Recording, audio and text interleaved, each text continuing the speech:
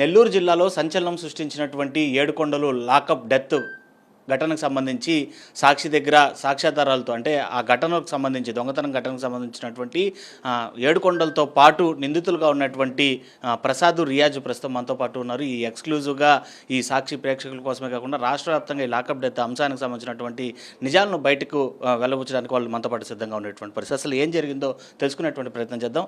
ప్రస్తుతం మీ పేరేంటండి? రియాజ్ సార్. అసలు ఏం జరిగింది? అసలు పోలీసులు అసలు ఏంటి కేసు ఏంటి? మిమ్మల్ని ఎంతమంది తీసుకున్నారు? కేసు మీద పోతాం సార్. ఏడుగొండల ఊర్లో చైన్ ఒకటి దొంగలిస్తాం మేము. నేను ఏడుగొండ ప్రసాద్ ముగ్గురిని. ఏడుగొండ ఫస్ట్ చిక్కుతాడు సార్. చిక్కి ఆమె తనని కొడతారు. కొట్టిన తర్వాత మా పేరు చెప్తాడు. ఆమె మమ్మల్ని తీసుకొని పోతారు సార్. మా ఊరికి వచ్చి మమ్మల్ని తీసుకొని పోతాడు. తీసుకొని పోయి ఆమె శుక్రవారం నైట్ తీసుకొని పోతారు సార్ మమ్మల్ని కూడా కొడతారు ముగ్గురిని. అంటే పెద్దగా బాగా అదే కాళ్ళ కాడ బెల్ట్తో కొడతారు. ఆమె రూమ్లోనే పెట్టేస్తారు సార్. ఆ రూమ్లో పెట్టిన తర్వాత తెల్లారి శనివారం సార్. శనివారం రోజు 10 గంటలకు సార్ వాళ్ళు వస్తారు. ఆమె నన్ను కొట్టబాతుంటే నాకు బాగలేదు సార్, నాకు క్యాన్సర్ అని చెప్పాను సార్. అంటే ఎవరు? SI sir, Hanif sir, Rakesh sir, ఇద్దరు ఎస్ఐలు కానిస్టేబుల్ సార్ వాళ్ళు వచ్చి ఆమెను అదే అడుగుతా అంటే నాకు బాగలేదు సార్, నన్ను కొట్టబాకండి అని నేను అంటాను సార్. ఆమె మాధవ్ సార్ ఉండి అవును సార్ అతనికి క్యాన్సర్ అది చెప్తాడు సార్, నాకు బాగలేదని చెప్తాడు.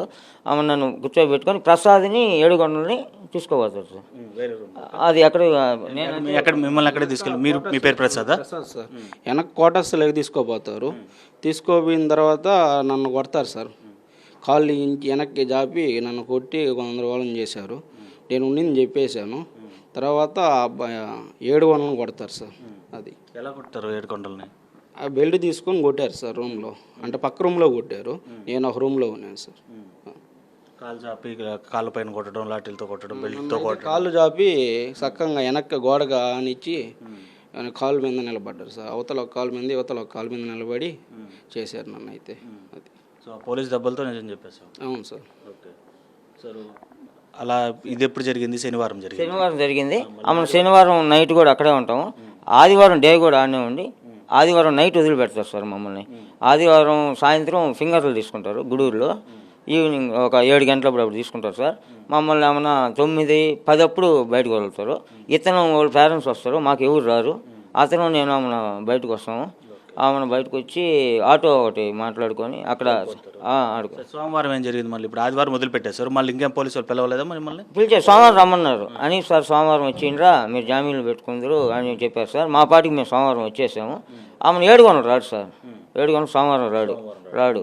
ఆమెను మేము అక్కడే ఉంటాం. మమ్మల్ని అక్కడనే పెట్టేశారు రూమ్లో. ఆమెను మంగళవారం రోజు నన్ను అడుగుతారు ఎక్కడికి పోయాడు 7 అంటే మేము ఇద్దరే కదా బయటకు పోయింది. ఇట్లా ఈ విధంగా ఆటో ఎక్కించారు సార్ వాళ్ళు, మీరైనా అక్కడ కలవారి రోడ్లో ఎక్కించారు ఆటో. అతను పదలకూరుకు పోతా అన్నారు అని చెప్పాను సార్ నేను. సరే పదలకూరు ఏరియాలో ఉంటారని చెప్పి మాధవన్న అడిగేసి ఆమె కారులో వెళ్ళిపోతాడు. మాధవన్న 4 గంటలకే తీసుకొస్తారు సార్ స్టేషన్లోకి. అతను తీసుకొస్తుంటే మడనూరు పిల్లడు మాధవన్న ఇద్దరు కారులో వస్తారు. మంగళవారం 14వ తారీఖు ఎక్కడున్నాడు ఏడుకొండలు అని చెప్పి పోలీసు వాళ్ళు సర్చ్ ఆపరేషన్ కోసం వెళ్ళి ఏడుకొండలు తీసుకొని 4 గంటలకి తీసుకొచ్చారు సార్. మేము అక్కడే పక్కన రూమ్లో చూస్తూ ఉంటాం. మాతో కూడా ఇంకా ఆయన పోతాయని ఉంటారు బండి. అప్పుడు ముగ్గురు ఉంటాం. మేము ముగ్గురు చూస్తూ ఉంటాం. కారు వచ్చింది అంటే మా అమ్మలు మాట్లాడుతుంటే కారు వచ్చింది అని పక్కకు పోయి ఉంటాం. ఆమె కారులోంచి దిగుతారు. వీడు దిగమంటే ఈ డోర్ తీసి అసలు లోపల మాకేం అవుపేయటం లే, దిగమంటుంటారు. అది అర్థమవుతుంది. ఇతను ఇంకా పిల్లోడు ఉన్నాడు కదా, అతను తట్టుతుంటాడు. తట్టినా లేడు, ఏడుకొండ లేడు. అర్థమవుతుంది బయట చేరి. ఆమెను ఇంకోసారిని పిలుచుకొని వస్తాడు ఈయన మాధవ్ సార్. పోయి చూపిస్తే ఆమెను కారు బయటకు వెళ్ళిపోతుంది సార్. అంతే.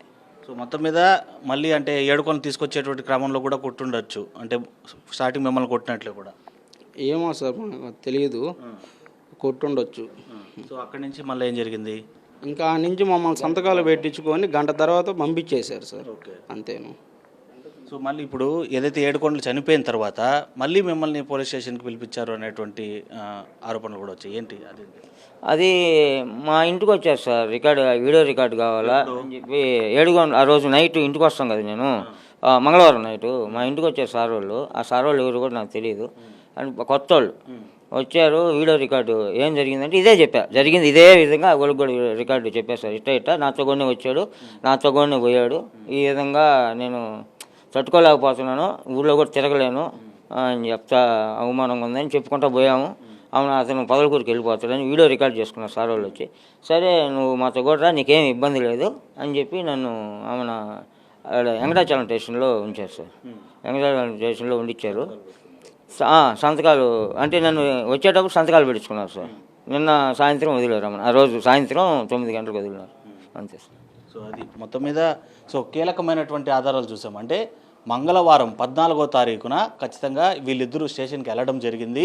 శుక్రవారం రోజు నుంచి మంగళవారం వరకు కూడా ఈ తతంగం మొత్తం జరిగింది. మంగళవారం వరకు కూడా ఏడుకొండలు, సోమవారం రావాల్సినటువంటి ఏడుకొండలు మంగళవారము కూడా పోలీస్ స్టేషన్కి హాజరు కాకపోవడంతో అతను ఎక్కడ ఉన్నాడని తెలుసుకునేటువంటి ప్రయత్నం చేశారు.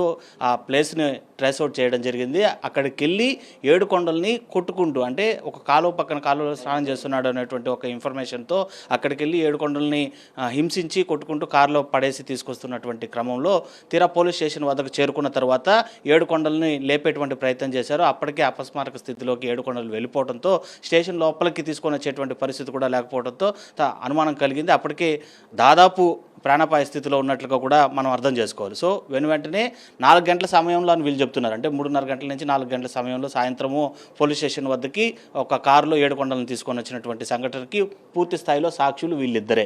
సో అక్కడ 4 గంటల సమయం అనంతరం దాదాపు 6 గంటల కంటే 2 గంటల సమయం పాటు కూడా ఎక్కడ ఏం జరిగిందో కూడా తెలియదు, ఏం చేశారో కూడా తెలియదు. ఒక హై డ్రామా అనంతరం కూడా గూడూరు ప్రభుత్వ ఆసుపత్రికి తీసుకెళ్తే అప్పటికే కూడా ఏడుకొండలు మృతి చెందాడు, బ్రాడ్ డెడ్ అనేసి డాక్టర్లు తేల్చినటువంటి ఘటన. అంటే చాలా స్పష్టంగా అర్థమవుతుంది ఇక్కడ ఏడుకొండలది పూర్తి స్థాయిలో ఒక పోలీసు లాకప్ డెత్గానే చూడాలి. పోలీసుల దెబ్బలతోనే అతను మరణించాడు అని చెప్పడానికి సాక్షులు కూడా ఎక్స్క్లూజివ్గా సాక్షితో మాట్లాడినటువంటి పరిస్థితి ఉంది.